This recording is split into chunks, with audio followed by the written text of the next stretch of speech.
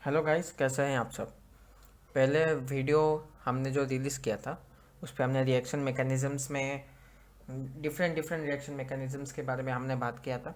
आज के इस लेक्चर में हम लोग देखेंगे addition elimination, nucleophilic addition elimination की हम लोग डिस्कस करेंगे। तो चलिए शुरू करते हैं इसको। नाम से ही पता चल रहा है कि न्यूक्लियोफिलिक, इसका मतलब जो अटैकिंग एजेंट होगी वो सर्टेनली एक न्यूक्लियोफाइल होगी। उसके बाद में एडिशन एलिमिनेशन, ये दोनों नाम क्यों है? क्योंकि ये वाला जो रिएक्शन मैकेनिज्म है इसमें न्यूक्लियोफिलिक एडिशन भी हो रहा है और साथ ही साथ एलिमिनेशन भी हो रहा है। तो हम लोग यहाँ पे क्या करेंगे, ये बेसिकली एडिशन पहली स्टेप होगी और एलिमिनेशन सेकंड स्टेप होगी। ठीक है, स्टेप बाय स्टेप रिएक्शन चलेगा। पहली स्टेप एडिशन होगी ऑफ न्यूक्लियोफाइल की एडिशन होगी और दूसरी स्टेप होगी एलिमिनेशन। ये दो चीज़ें हमें बहुत फ्रिक्वेंटली देखने को मिलती हैं। अल्काइल हैलाइड में हमें एक जगह देखने को मिलती हैं डाउस प्रोसेस में, और दूसरा हमें देखने को मिलता है कार्बोनाइल कंपाउंड्स में। तो हम लोग वही दोनों केसेस को आज डिटेल में थोड़ा स्टडी करेंगे। तो चलिए शुरू करें। सबसे पहले मैं जब पकड़ता हूँ एराइल हैलाइड को, एराइल हैलाइड में जब पकड़ता हूँ तो न्यूक्लियोफिलिक सब्स्टिट्यूशन की जब बातें आती है या फिर ये मैकेनिज्म की जब हम लोग बात करते हैं तो हम लोग डाउस प्रोसेस को रेफरेंस देते हैं। डाउस प्रोसेस बेसिकली क्या होता है? Conversion of any halobenzene, preferably chlorobenzene, into phenol in presence of concentrated NaOH and high temperature high pressure. High temperature मतलब approximately 600 kelvin and approximately 300 ATM pressure हम लोग यूज़ करते हैं। अब इतना ड्रास्टिक कंडीशन क्यों? क्योंकि बेंजीन में या फिर कोई भी अराइल सिस्टम होगा, कोई भी एरोमेटिक सिस्टम होता है, तो वहाँ पे जो है वहाँ पे न्यूक्लियोफिलिक सब्स्टिट्यूशन करवाना ऐसे डिफ़िकल्ट होता है, क्योंकि वहाँ पे जो है कोई भी हैलोजन है और जो कार्बन है उनके बीच में रेजोनेंस के through double bond character, partial double bond character वहाँ पे अपीयर होती है, जिसके कारण बॉन्ड डिसोसिएशन एंथैल्पी इंक्रीज हो जाती है और कार्बन हैलोजन के बॉन्ड को क्लीव करना या फिर उसको ब्रेक करना डिफिकल्ट बन जाता है। इसलिए ये रिएक्शन को करवाने के लिए आपको हार्श कंडीशंस को यूज़ करना पड़ेगा। चलिए, अब डाउस प्रोसेस की जो एक्चुअल डाउस प्रोसेस चलती है, अगर आप प्योर क्लोरोबेंजीन लेते हो तो वहाँ पे जो प्रोसेस होती है वो होती है बेसिकली न्यूक्लियोफिलिक एलिमिनेशन एडिशन होती है। वो हम लोग कमिंग वीडियोस में देखेंगे न्यूक्लियोफिलिक एलिमिनेशन एडिशन कैसे होती है। फिलहाल हम लोग यहाँ पे देखेंगे कि न्यूक्लियोफिलिक एडिशन एलिमिनेशन कैसे होगी। न्यूक्लियोफिलिक एडिशन एलिमिनेशन करवाने के लिए आपको क्या करना पड़ेगा कि आप जो हेलोबेंजीन ले रहे हो, यहाँ पे हम लोग क्लोरोबेंजीन लेंगे, उसमें एक पहले से एक इलेक्ट्रॉन विड्रॉइंग ग्रुप प्रेजेंट होनी चाहिए एट ऑर्थो और पारा पोजीशन, ताकि वो जो है नेगेटिव चार्ज को थ्रू रेजोनेंस स्टेबलाइज कर सके। तो फॉर एग्जांपल हम लोग डाउस प्रोसेस ले रहे हैं, लेकिन ये थोड़ी सी मॉडिफाइड है डाउस process, but this is modified. ठीक है, यहाँ पे हम लोग क्या लेंगे, यहाँ पे हम लोग एक ऐसा लेते हैं मॉलिक्यूल क्लोरोबेंजीन का, हमने पहला पोजीशन में नाइट्रो ग्रुप लगा दिया। नाइट्रो ग्रुप बहुत अच्छी इलेक्ट्रॉन विड्रॉइंग ग्रुप होती है, क्योंकि यहाँ पे दो ऑक्सीजन है, एक नाइट्रोजन है, हाईली इलेक्ट्रोनेगेटिव एलिमेंट्स, तो माइनस आई इफेक्ट के थ्रू तो इलेक्ट्रॉन डेंसिटी रिड्यूस होगी ही, और साथ ही साथ यहाँ पे जो है माइनस आर इफेक्ट भी यहाँ पे लगेगा, तो यहाँ पे इलेक्ट्रॉन डेंसिटी फर्दर रिड्यूस हो जाएगी।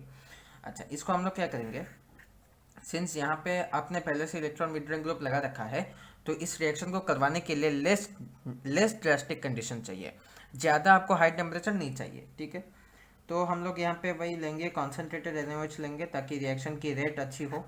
ठीक है, उसके साथ साथ approximately 300 kelvin temperature and approximately 150 ATM pressure, इतने में ही रिएक्शन हो जाती है। और आपके पास में जो फाइनली प्रोडक्ट बनेगी, जो प्रोडक्ट बन के आएगी, ठीक है, वो प्रोडक्ट हो जाएगी बेसिकली ऐसी कुछ प्रोडक्ट बनेगी। और यहाँ पे आपका नाइट्रो ग्रुप बैठ जाएगा, इसको आपको ध्यान में रखना है। अब चलिए हम लोग देखते हैं कि ये बेसिकली होती कैसे है। यहाँ पे क्या होती है कि यहाँ पे जो रिएक्शन चलती है उसको हम लोग कहते हैं, यहाँ पे जो रिएक्शन चलती है उसको हम लोग बेसिकली कह देते हैं कि ये न्यूक्लियोफिलिक एडिशन एलिमिनेशन हो रहा है। तो चलिए डिटेल में एक बार चर्चा कर लेते हैं इसके बारे में। देखिए, जब हम यहाँ पे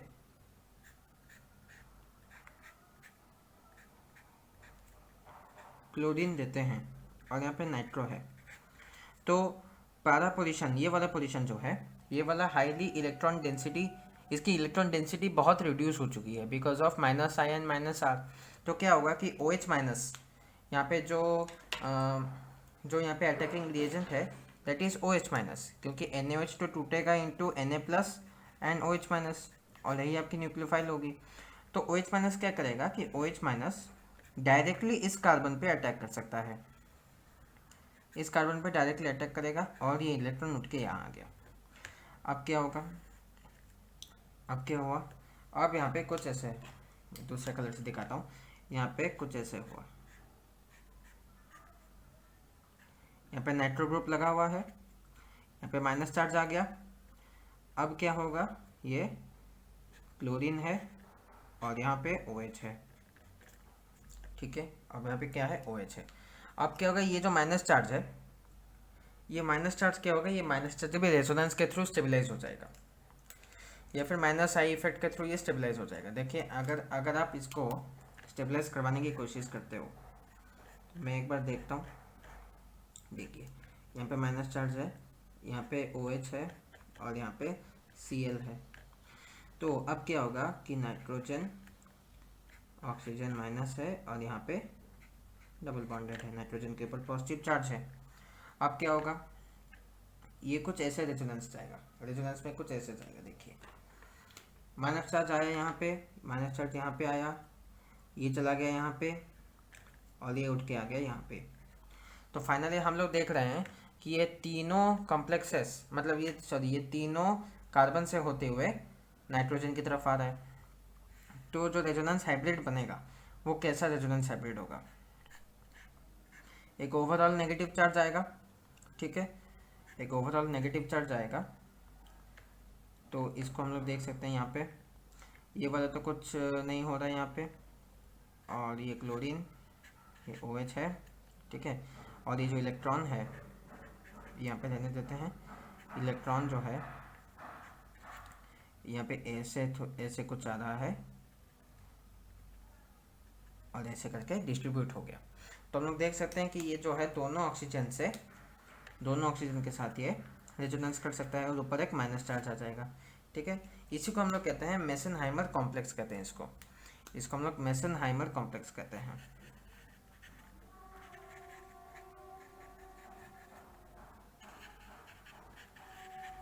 मेसेनहाइमर कॉम्प्लेक्स कहते हैं इसको।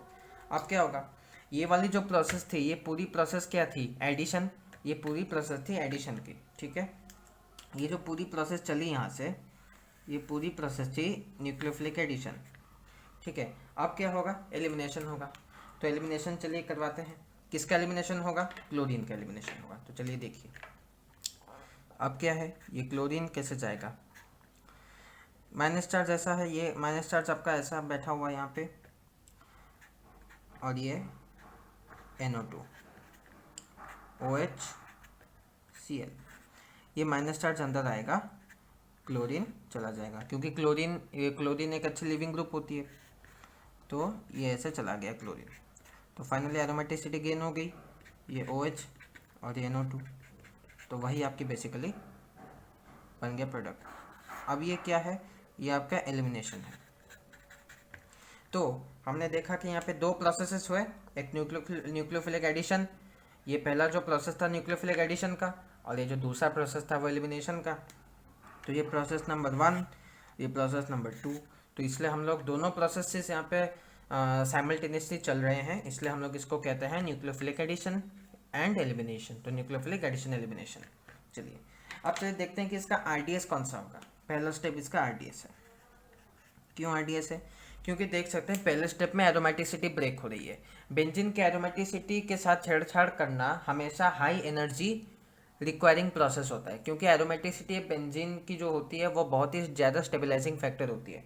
एरोमेटिसिटी को ब्रेक करना मतलब आपको बहुत ज़्यादा एनर्जी चाहिए होगी उसके लिए, तो ये प्रोसेस RDS होगी। और सेकेंड प्रोसेस इसके अगर हम लोग बात करें, यहाँ पे एरोमेटिसिटी गेन हो रही है, तो ये जो प्रोसेस होगी ये फास्ट प्रोसेस होगी, ये जो होगी फास्ट प्रोसेस होगी। तो इसकी एनर्जी डायग्राम कैसे चलेगी, इसका मैं अगर एक एनर्जी डायग्राम ड्रॉ करूं,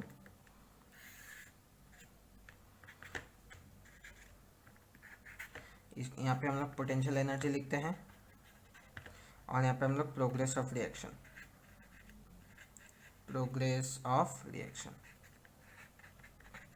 अच्छा। तो यहाँ पे हम लोग देख सकते हैं कि रिएक्शन की प्रोग्रेस कैसे होगी, ये बेसिकली यहाँ पे जो है एक मेसेनहाइमर कॉम्प्लेक्स, यहाँ पे एक इंटरमीडिएट है जो कि हायर एनर्जी की है थोड़ी सी, ठीक है, क्योंकि बेंजीन की एरोमेटिसिटी वहाँ पे नहीं है तो ऑब्वियसली थोड़ी सी अनस्टेबल होगी वो। पहला स्टेप आरडीएस है, दूसरा स्टेप फास्ट है।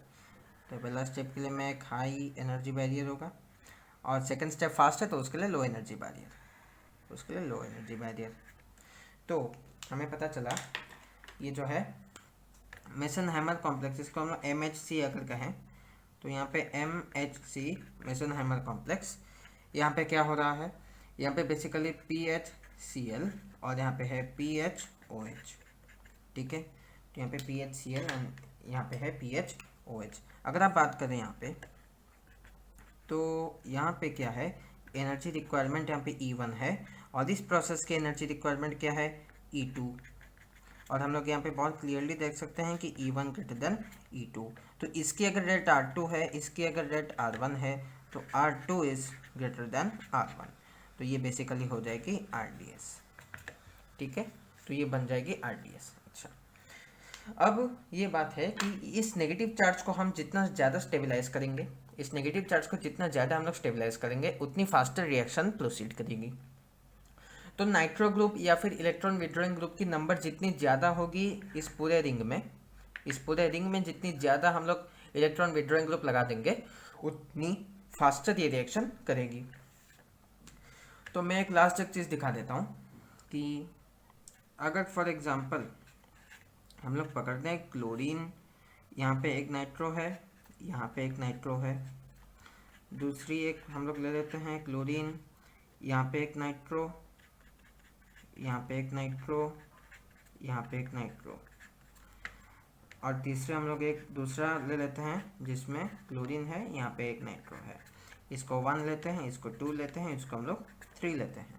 तो यहाँ पे जो रेट होगी, रेट डिपेंड करती है कि माइनस चार्ज को, नेगेटिव चार्ज को आप कितना अच्छे से स्टेबलाइज कर सकते हो।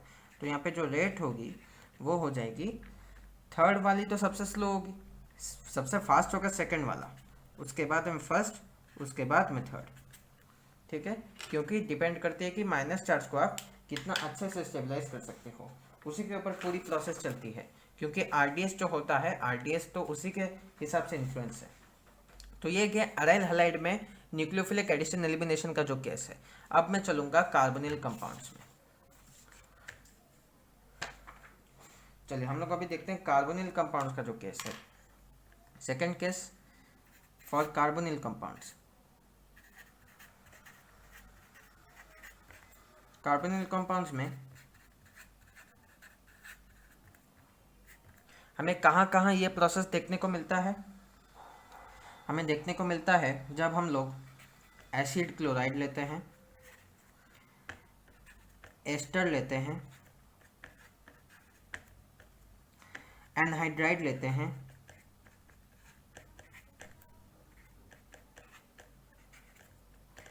एमाइड लेते हैं,